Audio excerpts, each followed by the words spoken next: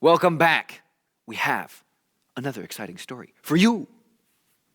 So, last week we talked about wise men and King Herod and King Herod's evil plan, where the wise men got to Jesus and they worshiped him. So, the wise men had traveled a long way, following a star that announced the birth of the King of the Jews, and they wanted to worship him. The wise men had thought the king would be in a palace in Jerusalem, so that's where they went first. But King Herod didn't know about the new king, and he didn't want anyone to take his place, so he had lied to the wise men. That's not good. He told them to find the child and then come back and tell him where the child was so that he could worship the new king as well. But that's not what he really wanted to do. Finally, the wise men found the new king of the Jews, the young Jesus. And what did they do when they met Jesus? Well, they gave him gold and myrrh and frankincense, which is sweet-smelling incense and expensive perfumes, and they worshipped him. But before the wise men could go back to tell King Herod about Jesus, they had an important dream from an angel. This dream made it clear to them that they should not go back to Herod of Jerusalem. Even though the wise men didn't know how mean Herod was, God knew, and he was going to protect Jesus. So the wise men went home a different way, on a road that took them far from Herod, so that they could go back to their country and never have to see Herod again. Because if they ran into Herod or his soldiers, they might bring him to Herod, and Herod would be like, "Did you find him? Tell me where he is." Don't even want none of that. Meanwhile, an angel came to Joseph in another dream, a separate dream, not the same one the wise men had.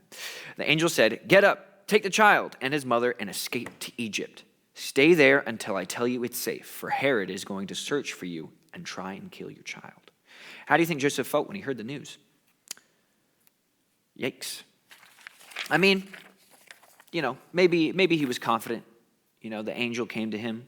He knew God had a plan, so maybe he was confident in that. But it's still kind of scary, somebody actively coming and trying to find your child to hurt him. Not good. So Joseph woke Mary, and they dressed, they packed, and they took all that they could easily, so they slipped out quietly, out into the night, carrying little Jesus in their arms. So they probably left some stuff. While Mary and Joseph were taking Jesus safely to Egypt, Herod realized that the wise men weren't coming back to tell him anything. So he didn't know exactly where the new king could be found, and he became furious. How dare those wise men not report back to me as I told them to do? King Herod fumed. He probably thought to himself, "I know this new king was born in Bethlehem, so I know what I'll do. I'll show them all who's the king around here," i.e., trying to find Jesus and hurt him. Herod called his soldiers to the palace. "Prepare for a march," he ordered. "I'm sending you to Bethlehem." Herod continued, his voice trembling with fury. "Kill every baby boy under 2 years old." Whoa! Why do you think King Herod gave such a terrible, terrible order?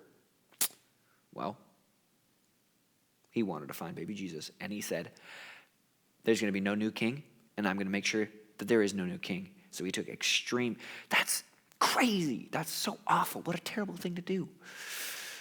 King Herod was angry and worried and jealous that a new king might take his place as ruler. He wanted to kill Jesus before he grew up. By the time the soldiers arrived in Bethlehem, Joseph and Mary and Jesus were safely on their way to Egypt, and Herod had no idea. Jesus lived safely in Egypt for several years. Later, after Herod died, an angel told Joseph to take Mary and Jesus back home. So the little family traveled north again. But when they got close to Jerusalem, Joseph got another warning from God to stay away from Jerusalem. So Joseph took Mary and little Jesus to the town of Nazareth in Galilee. God had kept Jesus safe so that he could grow up and fulfill God's amazing plan to save the world. Not just the world, but everyone in it. Mary and Joseph had left Nazareth before Jesus was born, and now they were back in their old hometown. Luke chapter 1 briefly describes Jesus' growing years, all right? And it says, or Luke chapter 2, verse 40 says, "And the child grew and became strong, and he was very wise. He was blessed by God's grace." God's own son, Jesus.